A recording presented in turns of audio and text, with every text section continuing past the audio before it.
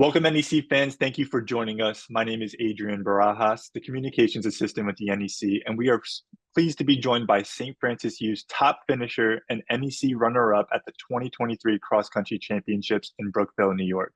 We welcome Tesslyn Helms. Thank you so much for joining us. How are you doing today? Good. Thanks for having me. We are so excited to have you on, and I want to jump right into this. And I just want to take us back to that last stretch before the finish line at that championship. Talk to us about the emotion you were feeling as you took each stride closer to the finish.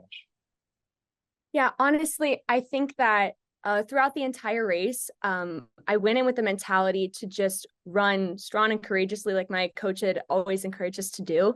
And I just really trusted myself throughout that whole process. And I went out hard. I went out in the front with everyone. I was like, all right, here we go. It's conferences. Like, let's have fun with it.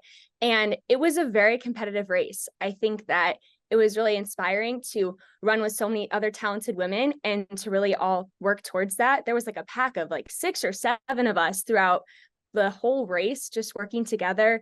And I think that what really hit it for me was the backwoods section. Heading on that third lap, I was like, I knew that that was the time that I had to really make a move if I wanted to go for that spot of second and just get as far ahead as I could. And so I really just, my coach yelled like 800 to go. And I remember being like, let's do this. And so worked up that hill and just used that downhill stretch all the way. And I just kept telling myself, go, run so fast. It's like, you've worked so hard all season. Just like leave everything that you have, keep pushing, like get in third gear here. Like, so I think that the emotion I was feeling is just like, keep pushing, you've worked so hard. And as I just approached the line, all my family got to really be there. I had siblings there, my parents were there, my aunt and uncle got to come, and I just heard all my teammates. I told them before, I was like, please yell at me during the race and cheer for me. I want to hear you guys. And it just was so exciting. I was just in disbelief going towards that, because I felt like all season I had really been just working towards it. And the fact that I was there, I was like, oh my gosh, I'm in second right now. Like, I would not have believed that. And so it just was a lot of joy and just like excitement going towards that line, for sure.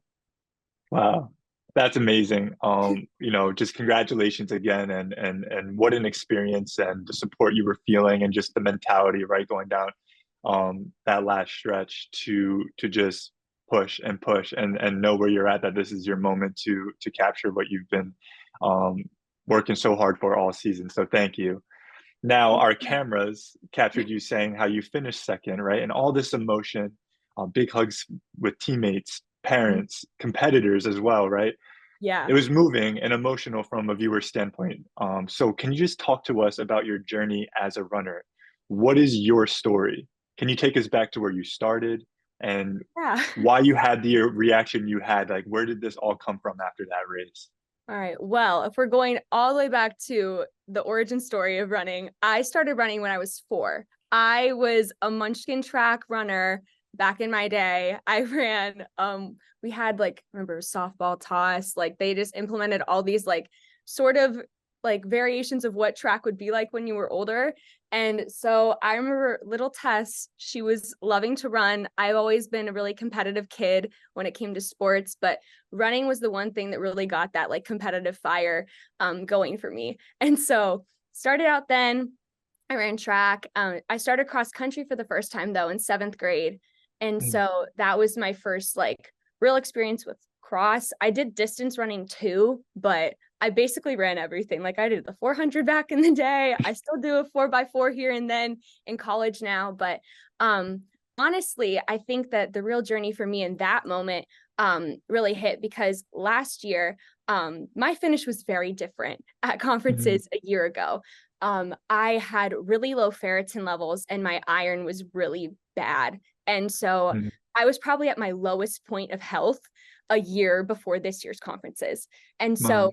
that was really hard and challenging to finish that race and like wanting to give it my all. And I just remember like literally collapsing after that race, just being like, Yeah. I left everything there, but it just was it just felt hard to know that I was not healthy. I didn't feel strong. And so ever since that day, I was like committed to tell myself, like, we're going to work hard. We're going to get on a supplement, get what we need to do to get our body where it needs to be healthy, to be strong. And so it's just been a constant effort this last year, just through training with miles and lifting and all the things to be there physically and then mentally, just to really tell myself, like, we can do this. Like, you are strong, you're going to get through it. And throughout this season for cross country, I've had the support of my teammates and my coach, and it's been really great. And then I feel like I was just really improving and PRing meet after meet. And I was like, wow, this is looking pretty good right now. And I remember meeting with my coach right before conferences and just being like, all right, like, let's just trust the process and go for it. And I went for it. And so crossing that line once again was just a full circle moment for me of being like, wow, a year ago, I would never have believed this could have happened. And then it did. And so that was super special. And even Ava Mahoney, when I was crossing the line, we both had fallen on the ground and the trainer's trying to get me to move out of the way. And I'm like rolling and she's trying to help me up. And we hugged afterwards, and obviously a great competitor. So that was a cool moment with that. And then just all the hugs from the family and my teammates was just so special. So it was a really special day for sure. That's amazing. And I just love the two journeys, right? Taking us all the way back to where, you know, you fell in love with running and where it all started, and to the journey of last year to that championship Sunday, right? The strategic plan that you had to come up with, and the adversity you had to conquer, the obstacles you had to conquer, and just the mentality you had to embrace for this all to come full circle, as you said, and have it pay off. So hats off to you to just being a, you know, right, as an athlete, that's part of it. If you want to improve, you got to have that mentality to overcome those things, even when health or your body is kind of working against you. On top of the difficulty of, you know, practice and life as a student athlete, there's so many things, right? So for sure. just again, congratulations. And thank you. This leads me into our final point that we'll talk about today, and that's the comment from your mom on Instagram, that photo of you covering your mouth and the emotion right before you crossed the line, right? Your mom shared how capturing that accomplishment in your athletic career, and it made her heart so full, right? That's How has the role of family played in your success as a runner? Oh my goodness. My family is absolutely, I'm just so grateful for them. They are the biggest support system that I could have. I'm one of five. I'm number 3 out of 5 kids in my family. So I have a big family, and we've all definitely had our different things with sports that we've done. So far, I'm the only one that's like collegiately competed, aside from my dad. My dad was an athlete. He did football in college. And so they've always just been the biggest support system for all of us and anything we wanted to do, with majoring in something, an activity that we wanted to pursue. And so when it came to this, my dad especially was a really big advocate, and my mom too, just about with my iron and getting that checked out. My parents were both like, we need to figure this out. We got to fix this. We got to get you back to where you need to be. They were like, you are not yourself right now, and we want to get you back to that. And so I think that just all of my family have just always been such an encouragement to me, and getting to have them there. My brothers are running throughout the whole course because they used to do cross country. And so they're going from place to place, running and cheering me on. And it was fun to look back at the videos that some of them got during the race, to like hear their reactions of, especially when I was turning and that I was in second going towards the finish. They were all like, go Tess, go!